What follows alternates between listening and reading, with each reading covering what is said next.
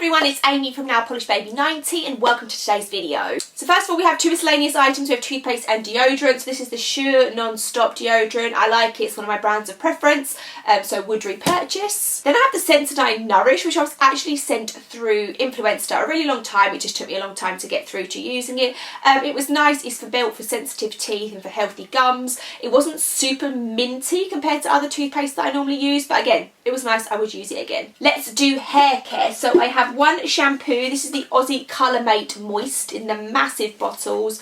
I use this because I have been kind of going back to dark hair, so I thought I should use a coloured shampoo. However, it was just fine. I like Aussie Moist. It's not my favourite. It's not my least favourite. It's like right in the middle there, so it was good. One dry shampoo, we have of course a Batiste. This is in the scent Tropical with coconut in it. I am finding that the white cast of Batiste is becoming harder and harder to rub into my hair these days, and I do really need to be using the brown one.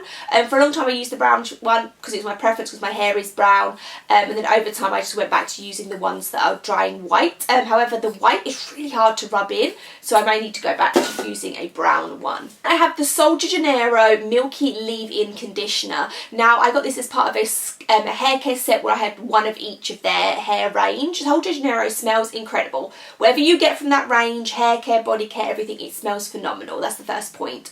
This is definitely not built for people with fine hair is what my hairdresser always tells me to use, fine hair. Any type of oil is no good for me, so I was actually using this more as like an oil treatment. So the night before I was going to wash my hair in the morning, I'd spray tons of this in and leave it in as an oil treatment, even though I'm sure if you have thicker hair this would be a great, as it says, leave-in conditioner. But just for me it didn't work on that purpose, but if you have thicker hair, this would definitely be really, really nice. And again, the smell is amazing. A random shower item, I do have a coffee scrub, and this is from the brand Mine, and it's called Tan Body Skin, and it's their exfoliating scrub made out of coffee. So I do not drink coffee or tea, so I don't drink that. It's not scents and flavours that I'm used to having around my house. I wouldn't repurchase this just for the fact that it smelled of coffee. It was a really, really strange smell to have in the shower, although the scrub on it was phenomenal. The scrub was so good, it was so exfoliating, but I just couldn't get over the coffee smell. I felt the coffee smell lingered on my body. I am actually using another coffee scrub at the moment, which is coffee and chocolate, and I can't smell the coffee in that one, so maybe just a little tweak of it, but the pure coffee, great for exfoliation, not great for the smell, not for me. Makeup will be next, so I do have one setting spray. This is the No Bad Days Wet n Wild setting spray, which is for the collaboration with Lilo and Stitch. Really like this, had a really great spray action on it, and a nice mild coconut smell. Very hydrating, really, really liked it. Shame I can't repurchase it, but I would if I could. Things from e.l.f. The first one is their eye base primer. This is just the sheer one. I've purchased this many times. I really like it and I would repurchase it again. My beloved eyebrow powder. So it appears that this is not discontinued, but you just can't buy it in stores when you can buy e.l.f. when it's online. So I'm going to stock up on a few because since this has run out I cannot find one, and you can see I've used both of the powder pans. Since this has run out, I cannot find an eyebrow powder that fits me as well as this one. This is in the shade Dark Brown. Really loved it. Like I say, gonna repurchase it and gonna stock up. It was lovely, lovely formula, lovely consistency, and most of all, it matched my eyebrow colour perfectly. And with that, I do have one of their double-ended clear mascara brow sets. I just use both ends for brows, regardless of which. One is a slightly smaller for the brow, and the eyelash one is slightly larger, but I just use both interchangeably. Purchased this many times, will purchase again, probably when I order the brow powder. I have some Colourpop shadows which are not finished, but they are completely dry. So the first one is in Melrose, which is a brown, and the other one is in Mix Tape, which is more of a taupey colour. I just always forget to grab for these, and on the whole, the ones that I have that are like matte, they're not the easiest to apply because they are more of like a pressed gelish almost formula, so they don't pick up for me personally, but I'm a novice. I don't feel like they pick up on the brush that well for me, so the ones that I really like and use a lot are the shimmery ones where I'm putting my finger into the pan to pick up the colour and then putting it onto my eye.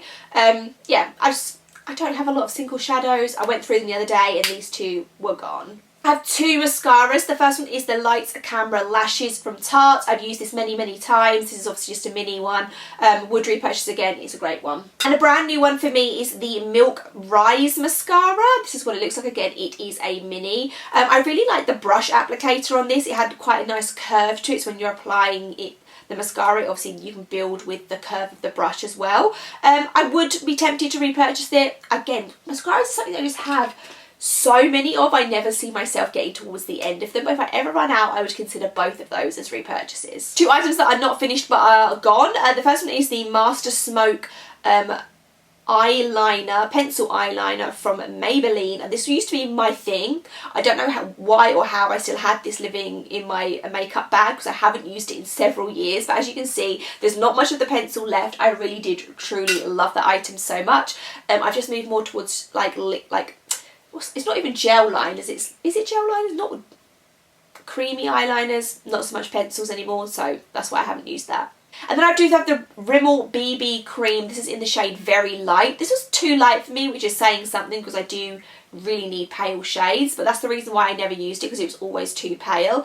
And in the UK you can't return products that don't match you, so it just lived in my makeup container, and now I've realised I don't need to hoard it when I'm never going to use it. We will go on to candles and wax melts, because there is a ton. I have two from the G-Man. All of these, well, the majority of them other than the candle, are from indie wax melt makers, so I'm going to link them down below as I normally do. So from the G-Man I have two. This one I didn't have a label on. I think it was a perfume dupe. That's definitely what it smelled like. It was really nice and burnt really lovely. And the other one is called Gianni, which I think is also another one of their perfume dupe smells, and this had really beautiful, it was pretty to burn as well. So I used up both of those. Of course I have some from Kushtico. I have Unicorn Blood, which is one that I've used many times. It's a bit of a snow fairy, but then a little bit muskier. It's definitely sweet but musky. Again, used that many times, would repurchase. And then I have some from Halloween. So this is Monster's Breath. Really like that. Can't describe it. Not fruity, more musky. I'm terrible at these. Also, I did see a post from Kushtico the other day saying that they had reduced some of their prices, and also were looking at how they did things differently because they'd noticed a dip in sales. So if you are in the market for new things, Kushtico are great. I've used them for probably 4 or 5 years. I obviously realised that the indie markets on lots of things are struggling right now, but if you're looking for wax melts, they're really good. Witching Hour, wouldn't repurchase this one. It's kind of got like a menthol taste smell to it. Again, all Halloween ones, but probably wouldn't get that one again. And I'm actually burning this one right now. It's Jack's Haunted House, and it's more of a pumpkin like bakery scent, and bakery scents aren't my typical favourite, so again I probably wouldn't repurchase that. They have really great burn times, everything is good, just those last two scents are not for me. I also have two from a certain Becca Lacquer. I have Drumstick, which is from her Sweet range, which smells like the candy, if you're in the UK, the lollipops called a drumstick, so really like that one. And then I have Frankincense and Myrrh, which is from the Christmas range. I have also got this in a hand scrub, really like the scent of that one too. And finishing up this little section with a candle, I have the Vampire Blood candle from Bath & Body Works. This is in their smaller size ones, and yeah, I really like this one. I've had this in a hand soap before as well. It's kind of cherry, strawberry, berry, and it's really nice blood red colour. Like that one. Obviously that was part of their Halloween range, which is funny to think now that I purchased that in July, and when we were in July in America last year, like maybe the last couple of days of July, Halloween was everywhere, so it was very very early, so considering this had like 4 months to October, so I did hold on to that one until I burn it more in the seasonal appropriate time. So that's all the wax melts. We have a ton of Lush items. I think this video is going to be short, and we still have all of these, and we have skincare left to go. What a mistake that was. So I did have a shower bomb. This is the Sleepy Shower Bomb. I didn't use this, and I found this like in the middle of my Lush supplies, so it didn't work as efficiently as what it should do. Sleepy lavender scent from Lush, but it didn't really, they're meant to like kind of fizz up and steam your bath a little bit. I have used them in the past. They're fine. They're a bit like a bougie extra thing. You don't need them all the time. If you're wanting a nice long relaxing shower, they are good, so I could possibly repurchase. A lot of these are going to be from Christmas now, so I'll put the pictures up of all of them. So we have Snow Dragon. I snapped him in half. He looked like a dragon. Had kind of a pepperminty smell. Would repurchase that if they brought that back.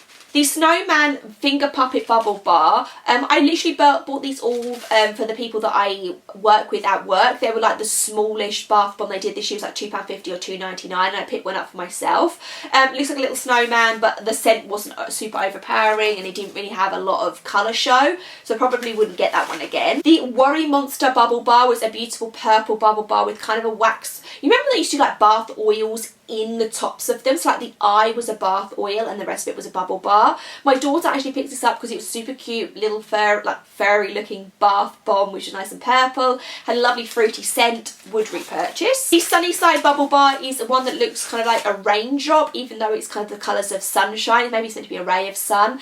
The only thing with this is it's got tons of like shimmer on it, and it does stain your bath quite, it's not stain it, but the pigment and all the shimmer sticks to the side of your bath and you have to properly rinse and scrub that down to make it go away. So possibly for the clean up, I wouldn't repurchase it. I have a Sleepy Bear bath bomb, which is the same sleepy scent as what I talked about earlier with the shower bomb, but it was in the shape of a purple bear. Love that one, would repurchase. And the last one is a classic. It's the Lord of Misrule bath bomb. It's one of their signature scents.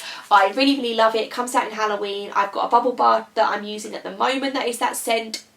It's just iconic. I love it. And we move on to the skincare to wrap us up. So I do have two of the Lacura, which is Aldi's skincare brand dupes. I feel really bad because all these things I'm going to show you now from these, they don't make them anymore. These are meant to be dupes of the Glow Recipe products, and I'm guessing that's why they don't sell them anymore. The Glow Recipe probably said they look too similar, they are too similarly named, but I'll give you a review anyway. So the first one is the Banana Souffle. This was really, really nice. It has banana fruit juice, turmeric extract, and something else maybe. I think it had AHAs in it maybe a little bit as well. The great thing about this is that it was really, really cool. I didn't put this in the fridge at all, but every time I put some on my face, it was really, really nice and cold and refreshing, and the banana scent was quite mild. You can smell it, but it wasn't overpowering. And then the Papaya Enzyme Face Scrub, which again has AHAs in. Maybe the other one didn't have AHAs in. I really love this as well. Nice scrubby texture, not too much, so it was a mixture of a bit of a physical exfoliant and a chemical exfoliant. Would definitely repurchase this one. The banana one, maybe I would, but the papaya one was great. I really wish they brought these back. Even if they just did these products in just their own packaging, it would be so good. I guess the reason why they try and dupe the ranges is so that you can kind of see what they're looking for, which has reminded me I also have their Healthy Glow exfoliating toner, which is meant to look, and it does look exactly like the Glow Tonic, so I would repurchase this. There's no difference to me between this and the Pixie one. Maybe there is in the formulas, but when I use it I don't feel that there's any difference. I would repurchase that. I have some cleansers. The first one is the Hangover RX from Too Faced. This is the Wash the Day Away. I was starting to have some like dry skin after using this, so I've only used about half of it, and I didn't really like the scent. It's a really, really thick, creamy cleanser, so it doesn't really take off your makeup. My skin isn't that sensitive, but like I say, I was just erring on the side of caution. I didn't want to finish it up. That was just before I started having my eye problems as well, so I was being extra cautious. And now I've stopped using it, I don't miss it, and I'm not going to reintroduce it. The Cetaphil, I think I'm saying that right, Gentle Skin Cleanser. This is my first time using anything from this brand. I see so many people say they love it, and I really did enjoy this. It was a really nice, gentle, soothing cleanser. I had this in the shower, and I definitely would repurchase this in a bigger size, just because it's great for that.